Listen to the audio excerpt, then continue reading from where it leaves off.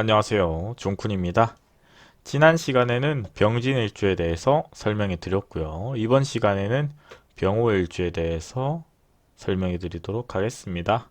일단은 지난 시간에는 병진일주에 대해서 설명해 드렸고요. 병진일주 같은 경우에는 병화와 진토가 작용을 하니 일단은 신약일주다. 이렇게 지난 시간에 설명해 드렸어요. 그렇지만 오늘의 병호일주 같은 경우에는 일단은 오행의 구성은 병화와 오화가 작용하니 일단은 엄청 강한 편에 속해요. 천간도화, 지지도화 이렇게 볼 수 있고요. 화라는 게 무엇이냐면은 결론적으로 양이고요.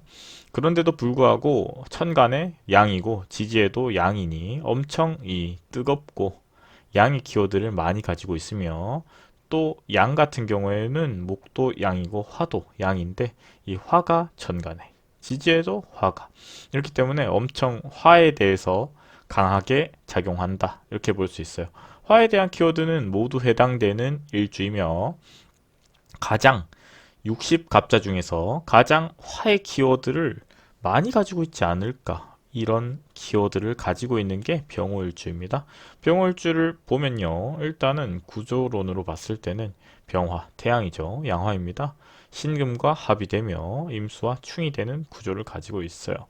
그리고 지지에는 오화가 있는데 이 오화 같은 경우에는 지장간에 병이 12일, 기토가 9일, 정화가 11일입니다. 그리고 도화지에 해당하고요. 그렇기 때문에 당연하게도 화의 구성 성분을 강하게 가지고 있으며 퍼센테이지로 봤을 때는 화만으로 가지고 있는 일주다. 어떻게 보면은 태양에 해당하는 일주다. 태양이긴 태양인데 한낮 정오의 태양이니 가장 양기가 강한 편에 속한다. 그렇기 때문에 신강력으로 봤을 때는 극신강 5천점에 해당하는 일주가 아닌가 이런 생각이 들고요. 이 병호일주에 대해서 더 설명해 드리자면은 네, 일단은 화에 해당하는 부분이니 여름의 키워드를 가지고 있으며 뜨거운 키워드를 가지고 있으며 병호일주는 어떤 사람이 있을까요? 전효성님, 제시님, 정국님, 배정남님, 정유미님, 채연님, 수영님, 장영님, 안성기님, 이준형님, 성동일님, 오정현님, 천정명님, 한채아님, 키썸님, 김광규님, 정유미님, 각정은님이 해당되고요. 형상으로 봤을 때는 붉은 말이다 이렇게 볼 수 있고요. 역동적이며 화끈하며 그리고 실제 형상은 태양인데 한낮의 태양이다 이렇게 볼 수도 있어요. 그리고 병호 같은 경우에는 일단은 억부로 봤을 때 신강일주입니다. 그렇기 때문에 수가 간절하죠. 덥기 때문에. 억부로 봤을 때 수라면은 조후로 봤을 때도 당연하게도 화가 많기 때문에 수의 키워드를 가지고 있어요.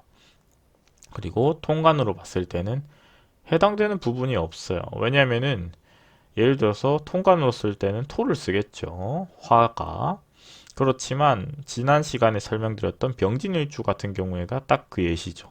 그렇지만 수가 간절한데 토가 들어와 봤자 결과적으로 수를 극하는 포지션이잖아요.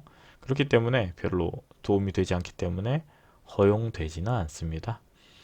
그리고 병호일주의 성격은 일단은 강력한 주체를 가지고 자기가 그 해당하는 부분에 절대치를 가지고 있다. 이렇게 볼 수 있어요.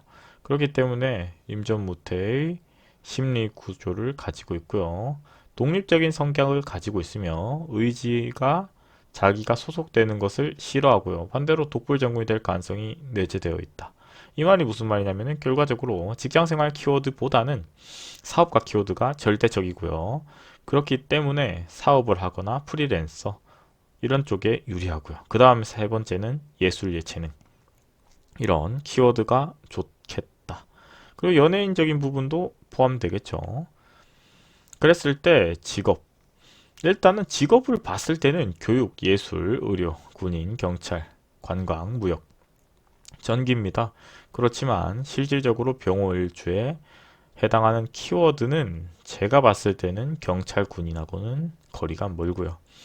의료 같은 경우도 의사가 돼서 내가 사장을 하면은 상관이 없겠지만 반대로 직장 생활하고는 연이 적지 않나? 반대로 교육적인 부분도 교사보다는 어떻게 보면은 반대로 이렇게 학원 강사라든지 사업이라든지 이런 키워드에 더 추가되는 부분도 있어요. 그 다음에는 프리랜서, 강사적인 개념 이쪽이 더 와닿지 않나 이렇게 보고요. 오행의 작용을 많이 받는 것 또한 사실이에요. 예를 들어서 목화토금수가 있다고 봤을 때 병호일주 기준으로 본다면은 제가 봤을 때는 금이 반드시 과다해야지만이 경찰 군인 이쪽으로 갈 수 있고요. 반대로 수가 어느 정도 있어야지 재물적인 부분에서 유리하니 사업적으로 추진하는 힘이 있지 않을까 이런 생각이 들고요. 반대로 화가 과다하면은 아무래도 예술 예체능 쪽으로 가시는 것을 추천드립니다. 그렇기 때문에 같은 병호라고 하더라도 주변 오행이 어떻게 도느냐에 따라서 차이는 있겠죠. 그렇게 보시면 어떨까 싶은 생각이 들고요. 그리고 병우 일주를 주역으로 본다면은 권위천이에요. 그랬을 때 명랑한 성격을 지니고 자존심이 상당히 강하다.